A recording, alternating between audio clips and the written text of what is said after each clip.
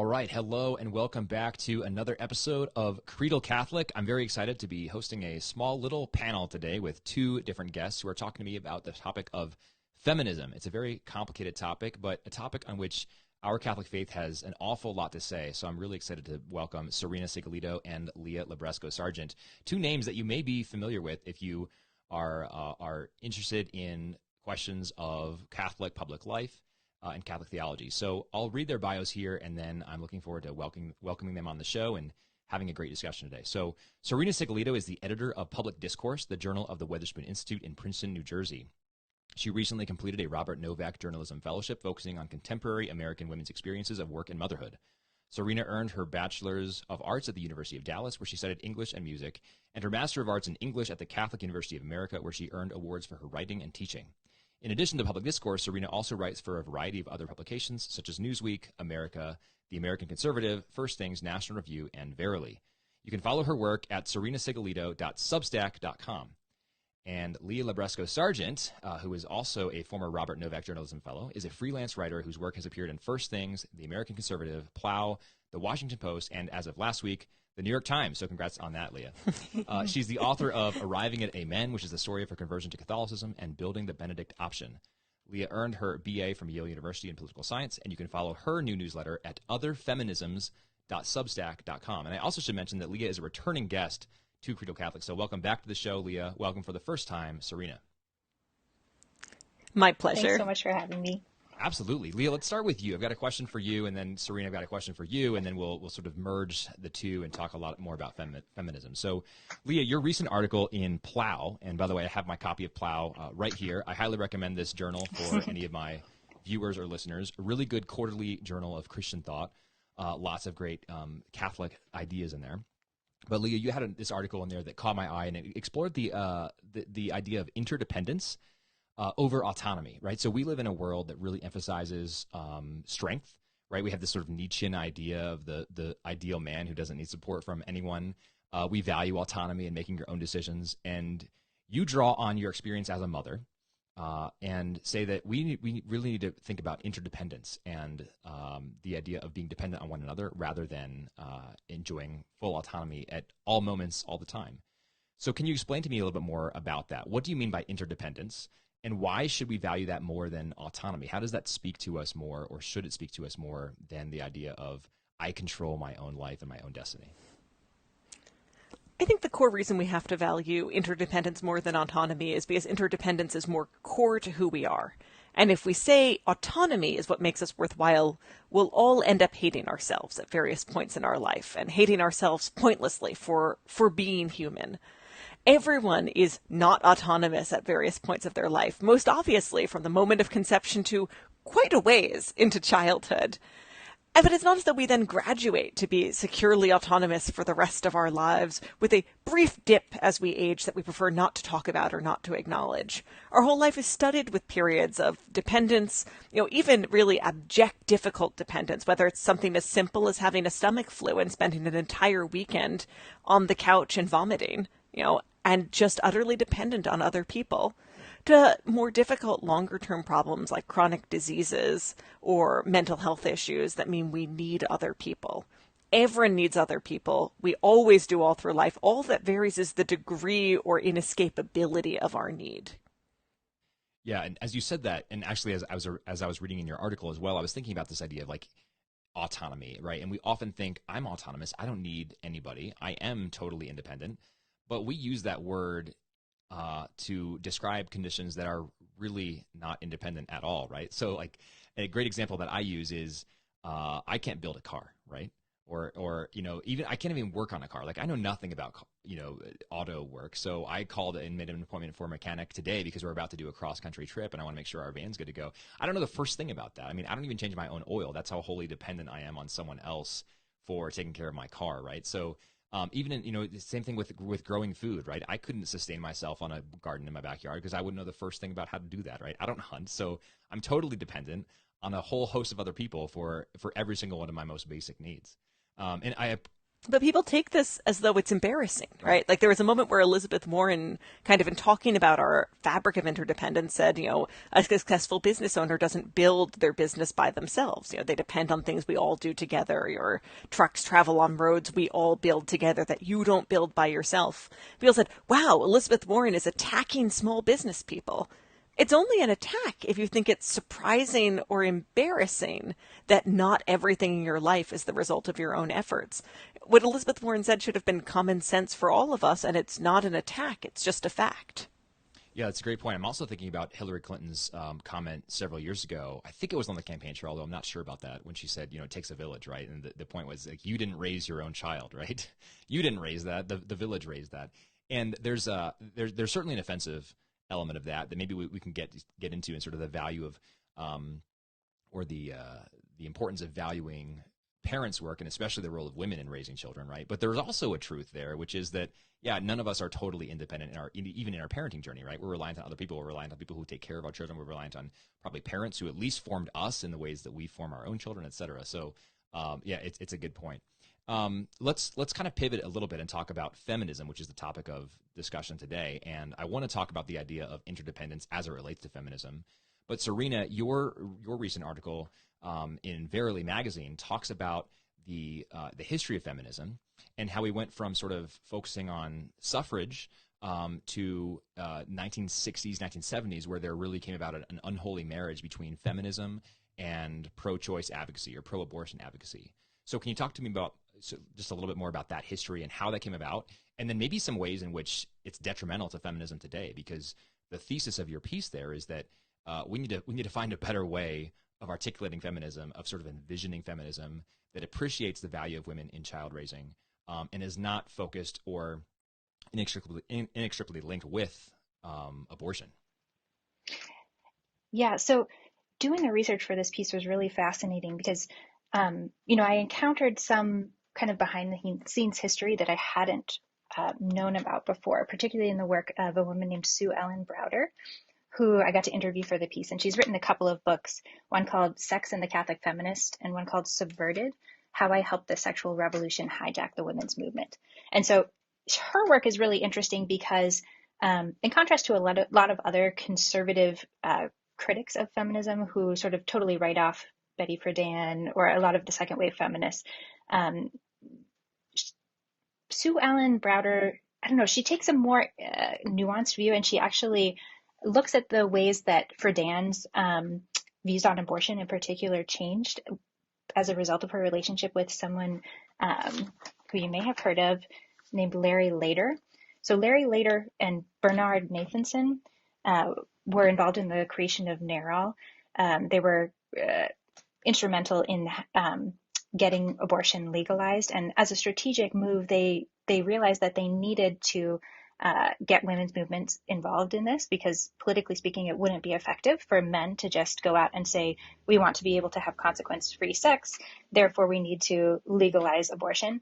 And so later actually developed a relationship with Friedan when they were both writing books. They had offices in the New York City Public Library while he was working on a biography of Margaret Sanger, the founder of Planned Parenthood, and she was working on writing The Feminine Mystique, which really kicked off the second wave of the women's movement. And so, at least according to Browder, that relationship really shaped Friedan's view of abortion and solidified the idea that it should be central to the political agenda of the National Organization for Women, which was formed in the late 1960s. So Browder tells a really kind of dramatic tale of this one night at the Chinese Room in the Mayflower Hotel in Washington, D.C., where there was kind of a battle within the National Organization for Women, which was split up until that point. There were pro-life advocates involved and pro-choice advocates as well. And they went back and forth into the night. And finally, by a very slim margin, they accepted a provision saying that the National Organization stood for reproductive rights into their now Bill of Rights, which then set the agenda for basically the whole women's movement going forward from that point. So that was basically the crossing of the Rubicon moment. for Yes. the movement, right? Yeah. Yeah. And so, that caused a lot of fractures. You have Feminists for Life being founded in 1972, shortly after that. But from that point onward, I think it really became the party line that if you are a feminist, you have to be in favor of abortion. And I do think, as you're saying, that's really detrimental because that took men's bodies as normative, and it really kind of alienated women from an essential part of who they are. And I think, in a lot of ways, it's connected to some of the Enlightenment thought that this is based on, all of this kind of proto-feminists came out of the Enlightenment, and a lot of questions of what it means to be a human being that focus a lot on the intellect as separate from the body, or the soul as separate from the body. And so one of the things that I think I don't know, I get excited about with Leah's work and, a lot of the other women who are writing now is that they're really trying to recover a sense of what it means to be a person as well as a woman specifically, because that is, both body and mind. And so, yeah, in more concrete terms, I think that we could have gotten a lot of, different legislation in place that would support mothers, not pretending that it's a woman's problem if she gets pregnant. But saying that, actually we are all dependent on one another. That human being inside of her is dependent on her and she needs support. And we have a duty to provide that support for her. So I think without having that framework, there's just been a lot of trickle down effects that have been really detrimental to women and to men as well. Yeah, no, I appreciate all of that. I mean, one person that we all know, Erica Bacchiacchi, is coming on the show soon to talk about the Romney Plan, which is the topic of Leah's New York Times op-ed that I will link in the show notes. And I know, Serena, you've written about that to some extent as well. And I really appreciate Erica's work. And actually, in the interview that you did with Erica last October, I think it was, Serena, she talked about a lot of the ideas that you were just explaining, right? Sort of these ideas of exploring what it means to be a woman. Recognizing that there are not gendered souls, but that sexual identity is a key part of the body soul union, right? The embodiment of our souls, and the key insight of good feminist thought, I think, or at least the sort of maybe not so much the key insight, but the sort of key tenet, the key foundational point, is that men and women are fundamentally different, right? So. We don't value women because women are the same as men. We value women because women are women, right? And that I think has to underpin everything. And I really appreciate the work that both of you and people like Erica are doing to help remind people of that and recognize that women are different than men, and we need to value them precisely because they are different, right? Not in spite of their differences, but because they are different. So I think that's really good. But you also mentioned first wave, second wave feminism. So if we can back up a little bit, and this is a question for both of you, help educate me a little bit on this, because I think that first wave feminism is sort of the universal suffrage movement, right? So we think, Elizabeth Cady Stanton, Susan B. Anthony, right? These path-breaking, trailblazing women who fought for all women to have the right to vote. Second wave feminism, I think, comes about mostly in the 50s, 60s, and 70s, and that, I think, is what you were just describing to us, Serena. And then third wave feminism is sort of this, some have, I think, called it neo-feminism, but that is maybe what I was just describing, recognizing that women and men are fundamentally different. But maybe there are more waves. Maybe I have the waves different. So talk to me more about these. I think they get disputed a bit, sure. In terms of everyone wanting to claim whatever the third wave is, or wave. Alleging a fourth wave in order to say, the next and therefore most correct one is the one I'm affiliated with. I joked about calling my Substack Undertow Feminism or Last Wave Feminism, Final Wave Feminism, all of which were terrible titles, right? I think one of the points of conflict between second and third wave feminism is, are we rejecting false choices, but fundamentally, saying there are some things that are true about being a woman that we're trying to center and make space for? Or are we not just rejecting false choices imposed on us by a misogynistic society? We're saying there can't be constraints on choice. Like, women are most free whenever they can choose anything. Right. And then you get that kind of tension between a second wave opposition to pornography as, hostile and degrading to women versus a third wave embrace of it. Yeah. Because if a woman chooses to make it, or as long as a woman's behind the camera, if a woman's choosing it, it must be a good idea. Then it's empowering, yeah. Or, I think one person said, the neoliberal view of feminism is, at least 50% of our drone pilots are dropping bombs as women. Yeah. I think there's also, there's such a splintering involved in third wave feminism, because I think another big part of the picture here that got introduced in recent decades is the idea of intersectionality, and a lot of the roots in kind of Marxist cultural theory, and sort of looking at things through the lens of power and oppression, and kind of overlapping systems of privilege or of subjugation, and kind of understanding, in some ways this is good, right? Like, because I do think early feminism had some blind spots, especially in regards to race, as well as kind of socioeconomic issues and different things. But, coming from a Catholic perspective, you do have to be kind of wary, because again, you have maybe a slightly different, but also a wrong vision of the human person that is underlying that whole system. So, I hope that our version becomes, the next wave. Right, But right. I'm not sure. I think that a lot of, there's a mishmash of different things that are still out there now, but that's kind of one current that I do think is very influential. So then correct me if I'm wrong. And I think a big question, I just think a big underlying question for lots of these waves is, are we seeking freedom to be a woman or freedom from being a woman? Oh, yeah. Which I think goes back to Serena's point about abortion as, the price of entry into our society. Ruth Bader Ginsburg said she would have preferred to see, Roe grounded in equal protection rather than privacy.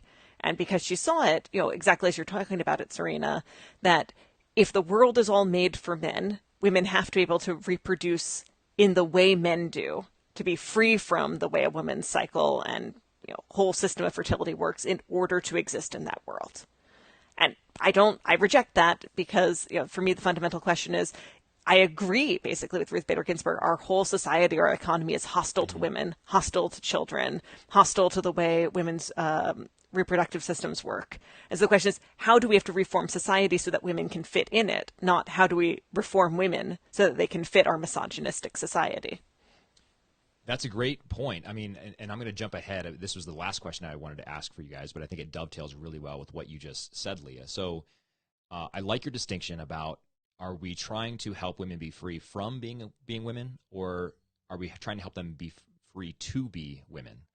And so I think that does lead to the question, right? Like, if feminism has good things to say, important things to say about culture, and I certainly believe that it does, it's either saying we need to help change the society to, or we need to help change women, or help women to be more like men, to thrive and be equal in this male-dominated society, or we need to change society to help be more accommodating and appreciative of women being women, right? So I think that the question is, what does that pro-woman policy need to look like? And one of the things that I've been talking to a lot of friends about and writing a little bit about lately is the Romney plan, right? This idea, this legislative proposal that would give something like universal basic income to parents of children, especially young children, to help them have the basic monetary support they need to buy diapers and food and basic baby supplies, car seats, which are insanely expensive, right? Hence the whole car seat as contraception idea. And so what does pro-family policy look like? I mean, the Romney plan, I think, is probably a good start, and given what you both have written about it, I think you agree, right? But what does pro-woman policy look like? And I would say, I mean, pro-woman policy also has to be pro-family policy, and you guys can quibble with that, and maybe you have a different take, but I'll throw that back to you first, Serena. What do you think about pro-woman policy? What does that need to look like? Yeah, I think you're exactly right that pro-woman policy needs to also be pro-family policy, because I think that the core thing that, when we talk about feminism rejecting the female body, primarily the thing we're talking about is the rejection of motherhood. And that centers around an experience of dependency, both on the part, you become physically vulnerable and weakened, in the because of the reality of childbirth in particular in the immediate postpartum period. But also you are, whether you like it or not, responsible for another human being who is utterly dependent upon you. And so I think when we're thinking about shaping our public policy, we have to have that kind of at the center. And I think motherhood is the most obvious example, and women are most smacked in the face with this aspect of humanity, but it's also true for men. I think maybe it's easier for men to ignore this aspect of what it means to be human, but it actually hurts them if they do too.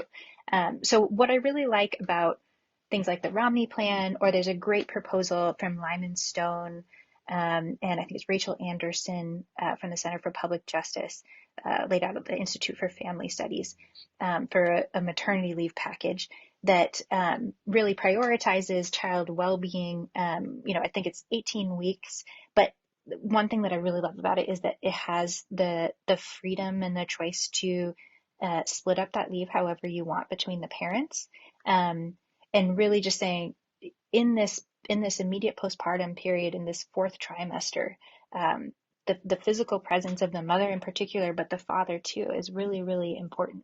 And so just enabling that and saying, that's something that is good for our society as a whole for us to value. And it changes people in ways that then, affect the gifts that they bring to the job and all of these different things. So saying, sure, it's a short-term hit, but it's not only right and just, but it also, I think, has positive benefits for society to subsidize these things. I think Serena's absolutely right. And I think one of the key points you're making there is just, not only is pro-woman, pro-family, it is pro-men, because men also are interdependent. They need these things too. They can just pretend they don't for longer. And to an extent, society is built a little more around their experience, so some of these pain points don't pinch them the way they do us. I take an example, leave for new parents. Because the way we do this in our country is monstrous. A baby needs his or her mother, still needs her right after birth. It's not as though once a baby is born, either the baby or the mom is ready to be totally autonomous again. There's a reason people talk about the fourth trimester, where the baby is still learning, growing, and wants to be near their parents. And you look at the way our culture treats family leave, with the ideal being, well, how do we get you away from the baby and back to work as fast as possible? Are there other supports you need to go back to work as fast as possible? At the high end socioeconomically, we talk about this as support. At the low end, we just talk about this as laziness, which is disgusting. But the fact of the matter is, the mother has just given birth and physically needs to recover. In my case, I had a C-section. There is no way I couldn't go up and down the stairs easily for a week. The idea that our society is kind of built around no expectation of recovery time is crazy. But you look at the entire way we did this, and you see that we have a society that almost thinks, wow, wouldn't it be great if we could just deliver the baby earlier, at 37 weeks, and then the mom could be back to work that much faster? Because the problem is the baby's inside, but once they're out, we can just kind of treat these two people as separate individuals or systems. That's all nuts. Babies need their dads too, not quite as obviously and not quite as acutely. But we live in a society that brutalizes women, pressuring them to go back to work, when they're physically recovering from surgery or a very difficult physical experience, and then neglects both them and their babies emotionally. And the men kind of come in more on that second part, where of course you want to be with your baby, and of course your baby deserves to be with you. Though, a humane pro-family policy includes a lot longer paid time with your children. I think that probably is money that comes straight from the government, not from your employer, because it creates difficult incentives for employers who feel, like many tech companies do, well, I'd rather employ people who don't feel they have responsibilities to someone else. I don't want to employ young parents. I don't want to be on the hook for this. It's a societal responsibility more than just an employer responsibility. No, well said. And I will say my camera's giving me a low battery warning, so if my camera shuts off, that's why. But no, I really like what you said, Leah, and I like how you specified that the babies need their dads too. And I would say, along with the idea of interdependence, this isn't a one-way street, right? It's not just the babies who need the parents, but I think the parents need the babies. And I know so many people who are men in the workplace who think that like their job, their primary role in life is to be in the workplace and have a successful, thriving career and earn tons of money. And so my company has a very, very generous parental leave program for moms and dads. It's wonderful. The baseline expectation for most moms is that they're going to take everything. The baseline expectation for most dads is like, you might take, half of it. You might take a quarter of it. You'll be back to work when you need to be back to work, right? I'm taking all of it because I want to spend time with my dads, with my kids, right? I want to help my wife who's in this, helping breastfeeding our newest, and in this fourth trimester that I think you mentioned, Serena, right? The immediate postpartum period, there's a lot of chaos and upheaval, as you both know, right? So, but there's this idea, I think, that men really don't need to be in the home. That's wrong. But we also need to remember that, like, it really shapes you to take care of a little one, to be the primary caregiver, or one of the, I don't like the primary, secondary caregiver to talk about parents. I like thinking of both parents as primary caregivers, despite the fact that their roles are often very different. But, just being a caregiver to your kid causes immense changes in how you think about the world, how you approach life, how you will think about your career, the decisions that you will make in your career. And so we need our kids just as much as they need us in that respect, right? Because they change everything about the way we see the world and the ways that we make decisions that affect our family down the road. And it's not just parents who need that. That's the other thing. In all these moments, wherever we see a culture that's hostile to parents, we see one that's hostile to people who are taking care of elderly parents, people who have a friend they worry about, who struggles with mental illness. We see a culture that's hostile to anyone who is willing to make a commitment to someone else. And part of what we get as a blessing for making space for parents and space for kids is that hopefully we wind up with a more humane economy that takes seriously, again, just look at the fact that many people don't have any paid sick leave at all, which really kind of fails to tell the truth about who we are. People get sick. They can't work when they're sick. They shouldn't have to face the choice between, dragging themselves to work and putting them through the appearance of a day's work to get paid versus being at home and getting better. They shouldn't face the choice between, well, my kid is really sick, but I can't afford to not be at work. Or even my good friend, who is single, is really sick and has stomach flu and is depending on someone to take care of them. And that someone is me. I'm their friend and I love them. And that is actually more important than my job on a day-to-day basis when it's a important situation. And the sense that people, to be equal, to be full human beings, are just as accessible to work as possible is crazy. Yeah, and I think it relates to this idea of workism, and the centering of your identity on what you're able to achieve or what you're able to create or produce. And kind of it is a materialistic and kind of capitalistic mindset, and again, a wrong understanding of the human person. Because one of the things that babies do is they remind us that they are good just because they are, and that's true of us too, and of our sick friend who can't work, or the elderly person in the nursing home, and so it teaches us something about ourselves, and I think it also trains us to look at other people in that way. In one of my interviews for my Novak project, I talked to Elizabeth Corey, who is a Baylor professor who had a really interesting piece in First Thing several years ago about work and motherhood. But one of the things she told me is that she has found that being a mother has really changed how she does her job, and particularly in the administrative side, because you start to kind of see everyone you're interacting with as someone's child, This makes me think too of that Flannery O'Connor story, A Good Man is Hard to Find. If you remember at the end, right, she, the grandmother is, looking at the, it involves, if you haven't read the story, it's a bit of a crazy story. Yeah, but I'm a huge Flannery O'Connor fan. Okay, you know what I'm talking about. Yeah. So there's a highway robbery basically that happens. But even in this kind of terrible, the misfit, this guy who is perpetrating robbery and murder, this grandmother is able to say, my baby, you're my baby, like to see the humanity of this person. And I do think that parenthood really encourages you to see others in that way and to see yourself in that way. It goes back to that. Exactly. It goes back to that fundamental question of when we look at other people, do we see their moments of weakness as deficiencies in them that we're at best overlooking? You're usually fully autonomous. I'll grant that you're a person right now, whether you happen to be sick or happen to be out of work or happen to be poor. Or do we look at people and see them as a person, and that their dependence is part of who they are and part of what connects us to them? And I agree with you, Serena. A baby is a big tutorial in that, because we can accept things about a baby we have trouble accepting about ourselves or accepting about other people, including not just about our physical weakness, but about our moral weakness. There's a lot of times I look at my baby, and I see her, just face planted into the couch repeatedly and on purpose, like, what are you doing? Why would you do that? And I think, or, dropping something where she can't get to it and then getting upset. And I think this is how God looks at me a lot of the time.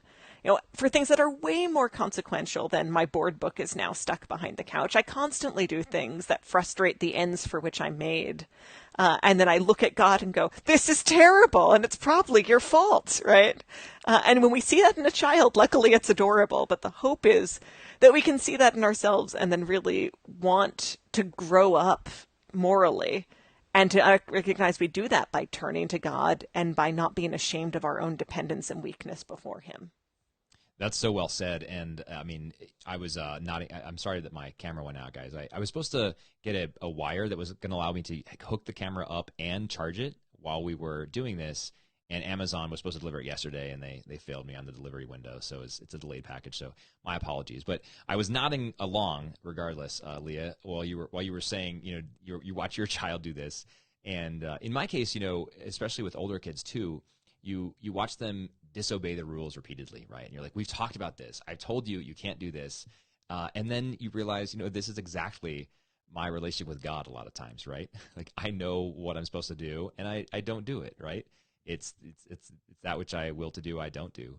And so, yeah, I think it does help you in your own moral education as a parent to see those things. And that's it's doubly true when you're a parent who spends time with your kids, because you just have more time with them to see that and recognize that. My girls are reading through the Little House on the Prairie series right now. And and my wife and I were talking about this the other day. I often just find myself getting frustrated with career stuff in general, around my own career stuff, because I'm not fulfilled in my work, et cetera. And our culture tells us that our primary means of self-fulfillment is through our work, right? That's kind of the prevailing cultural lie with respect to adult life, I think. And it's easy to get wrapped up in that, to fall for the lie, even if just temporarily, and think, like, I'm not satisfied in my life because my job is really boring, right? Or because my job doesn't have impact, or whatever the case, or I'm not paid enough, whatever the case is. But, you look at the life on the prairie, right?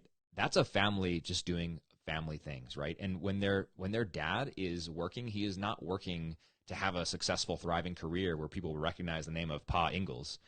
He's working to provide for his family so that he can literally put food on the table, right? And do that. And so it's in many respects beautiful just to see their family dynamic working.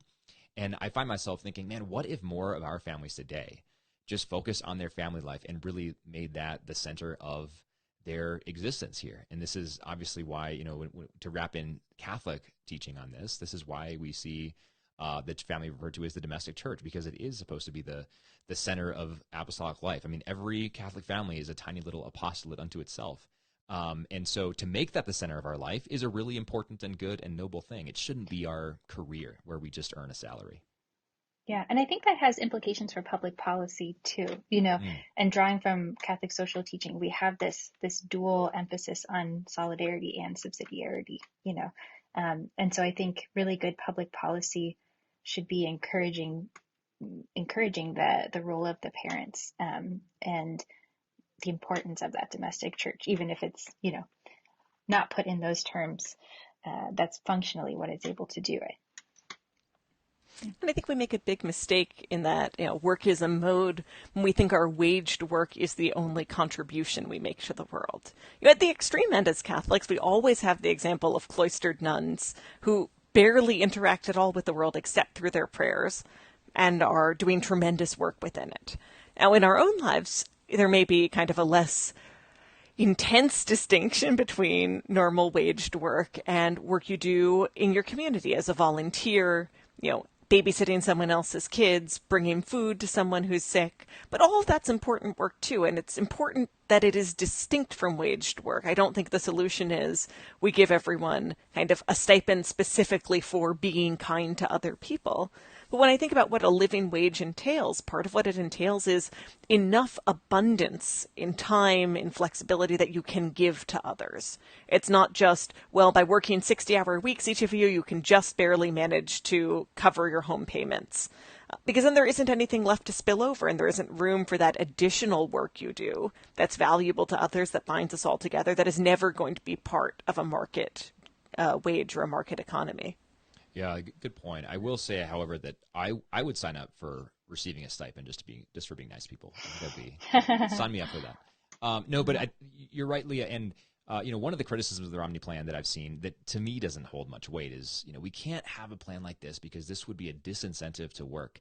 As if a mother or father is going to be like, you know what, the government's giving us $500 a month for our 2 kids. We don't need to work. I'm not going to get a job for that. We'll be fine. I mean, this, like, whoever thinks that has not tried to raise a child, because it's expensive to raise a kid. And I just think, for someone like me who is well compensated and at my job, and Sally and I have never looked at each other and said, how are we going to afford diapers this month, right? That's not a concern for me, and I'm really grateful for that.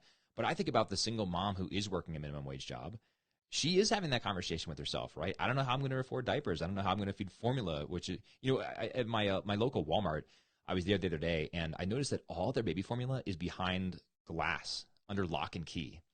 And I was just like, what stage have we arrived at in our society where our grocery stores have to put baby formula behind lock and key because they're so afraid that a really desperate mom might steal some formula to feed her baby? And I mean, I don't have a good answer for that, but it just struck me, and I was like, this is really, really sad. So, just an anecdote to explain why I'm behind the Romney plan, right? Because we need to help. We need to have pro-woman, pro-family policy to do this and to enable women to be women. Yeah, and I think that question of where are the incentives? Are we worried about the incentives? I've got 2 objections to it. You've kind of raised the most basic practical one, which is just it's not so much money that people can live cheaply on just the stipend, which is true, but I wouldn't be bothered if it were more money. That wouldn't shift my calculus here. Part of my objection is just the idea that, well, if parents stay home with their kids, they're not working. They're obviously working. They're doing work that isn't waged. And this idea that it only counts when it's paid for is what I talked about in the op-ed. It's the idea that if Serena and I swapped our kids every day and paid each other the same money, right? I hand her, let's say, a $50 bill and then she hands it back to me. Now that's an economy, and now our work is worthwhile as long as it's not our own kids. It's crazy. So there's that we're narrowing the sense of what useful work is to what, exists in the market and not the full range of work. And then there's just the fact that a lot of people are both time and money poor, and it is security that lets us take productive, useful risks. The risk of being home for a while with a kid who needs you. The risk to start a business often depends on enough of a cushion that you can take a good chance when you see one. The risk to skip some kind of extra work you would have picked up to take care of someone in your neighborhood. A bit of cushion allows us to take bigger risks for each other. And that is honestly part of both how our social economy and our money economy grows. Yeah. And one kind of more nitty gritty point that I do like about the Romney plan is just how simple it is. Because I think, as you're saying, you're not only money poor, you're time poor, and you're emotional energy poor. When you can be so exhausted, even I'm thinking, there's one acquaintance of mine who has 8 kids and, was laid off at the beginning of the pandemic and all these things, and is eligible for some government benefits, but it's just so many hoops to jump through. And there's, problems with one bureaucratic institution that's not giving her the paperwork she needs to submit to this other place to do the, and to get some of the benefits that we do have in place now is so complicated. There are so many barriers that, it's just, sometimes it means not realistic if you're a single mom trying to figure out how to pay for the diapers and the formula, to have the emotional energy to get through that whole process as well as the time is just I don't know, it's cruel. It's not actually responding to their needs. So, that's another point that I really like about this. And also, on the work disincentives idea, one thing that is really good in both the marriage front and the work front in the structure of this plan is that it doesn't phase out until very high income levels. So it's not like some of the older models of, welfare and assistance for single mothers that would, take away money as you started to earn money and kind of, again, disincentivize work because you're working more and getting less money, and same for getting married, that can bump you up over income thresholds that take away your benefits. And those penalties are very much based on this kind of anxiety about deservingness. Those job penalties come in because we're like, well, we want to make sure our biggest priority is not to give people $1 more than they might need. The moment we're over basic subsistence, the moment they have another source of support, we've got to pull up fast because it would be terrible if someone who was poor got slightly more money than they needed. And I think that anxiety is bad, that we don't need to be so fearful in how we give to people who are in need. We don't even need to be so fearful about whether they're deserving. Christians overall, it's different than what our government does, but Christians overall should sometimes get played for suckers, because if you aren't, you're being too restrictive in how you evaluate the need of someone you meet. And in our welfare policy, every single bar we put to prove eligibility or prove deservingness doesn't just filter out people we might think of as undeserving or scam artists.